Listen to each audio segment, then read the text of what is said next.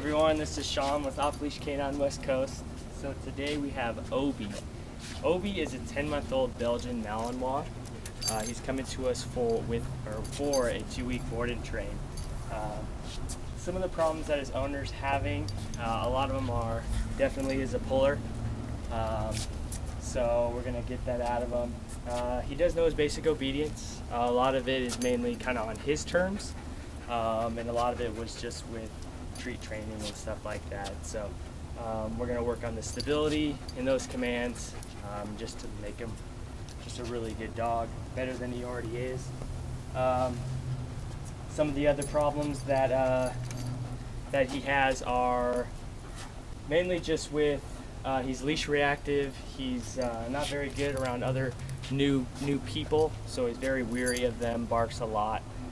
So we'll definitely work on that as well. So let me go ahead and show you just a little bit of the commands that he knows so far. Obie, come here, buddy, come here. Obie, come. Obie, come. Come.